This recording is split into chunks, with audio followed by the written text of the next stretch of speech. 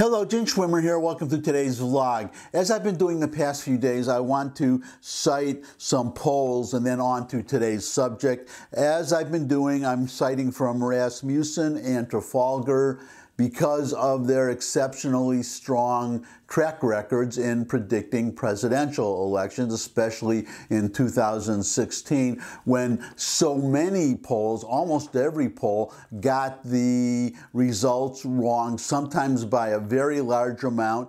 But Rasmussen was very, very close, and Trafalgar got it exactly right. They predicted Trump to win when everybody else was predicting he would not. But as we all know, he did. So let's start with Trafalgar today, and I'm talking about Michigan, where it's Trump 49.1, Biden 46.6.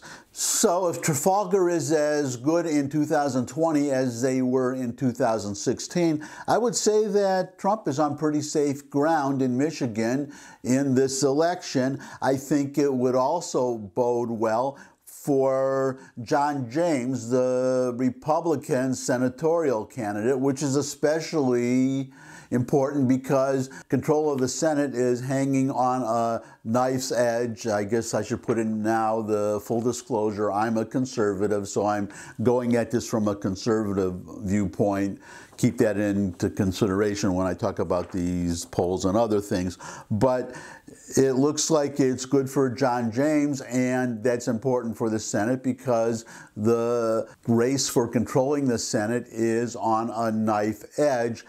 If he picks up here, because right now Gary Peters, a Democrat, is a senator, if he picks this up, and I would have to think that Dean Jones in Alabama is in real trouble. So the odds are looking at least a bit better that the Republicans will still have the Senate and that Trump will be reelected, because Michigan is one of those states that have for a number of, well, I would say decades, voted Democrat. That's what helped Trump, his ability to flip the ostensible blue states, Pennsylvania, Wisconsin, and Michigan.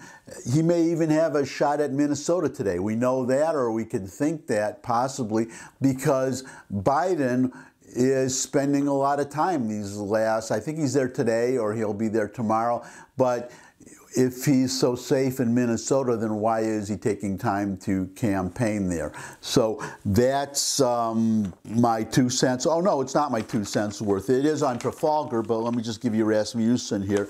In the general election, Trump, Biden, today it's Biden ahead by 3 points, 51 for Biden to 49 for Trump, and he too his approval is 51%, Trump's approval, and he has Trump ahead in Michigan too, 48 to 45, so that's also a pretty good or a decent lead there. Now on to today's subject. I don't often talk about my religion because this is America, but sometimes it comes up, and this is one of those times. So I'm Jewish. I used to be a Democrat years and years ago. Reagan converted me to a Republican, and now I'm an independent conservative. But I am surprised. Well, I am kind of optimistic. I see more and more Jews, like more and more blacks. I talked about the 2 rappers yesterday. I'm seeing more and more black people coming out and openly supporting Donald Trump. I'm seeing that among Jews too, but I still am puzzled why so many of my co-religionists are still voting for Democrats. So this is a vlog for all of you, I guess, all of you Jews out there, though I will start with one item here that I think is also applicable to Christians too, to everybody who supports Israel, because there is a strong support for Israel in the United States, but it is not as bipartisan as it used to be. That is one of 2 items I want to share today. The other one is a video that is a must see. You must see this, especially if you're Jewish. So let's start with the headline of this first item. Democrats prefer Cuba to Israel. YouGov conducted an interesting survey asking Americans their opinions of various countries. Among other things, the survey identifies differences between Republicans and Democrats in their views of nations, including the United States. And pay attention to that too, by the way.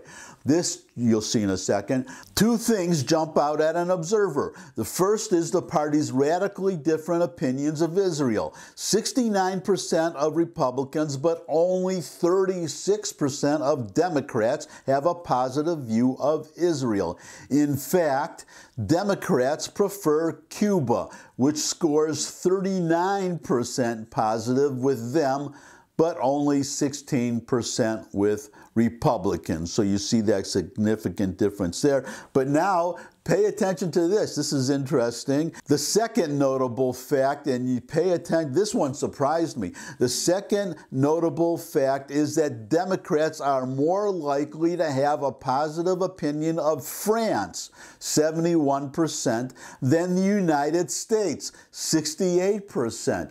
Democrats like France better than they like the United States. And now we get to this video.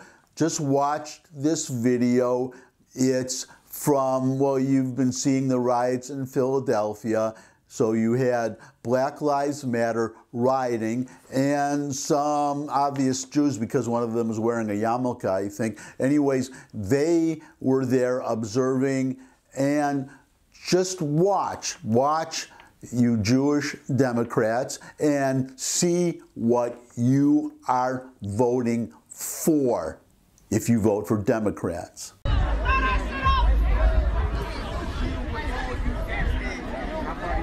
Amalek. Amalek. What y'all doing down here? You don't live here? Not far. You don't live here? Y'all gotta go. Y'all know these, we the real Jews, right? Y'all gotta go. Y'all gotta go. This ain't y'all fight. Y'all gotta go. Okay. We're just showing solidarity. We don't need no solidarity. Okay. We good. Walk off. Let's walk. Let's walk. Start your shit. Walk. Yo, start your shit. Get the fuck out. Walk. Get the fuck out. Get the fuck out of here. Get the fuck out. Amalek about to get trashed, cuz. Walk. Get him on it. Fuck out of here. Get him on it. Fuck out of here. Get him on it. Get off our block.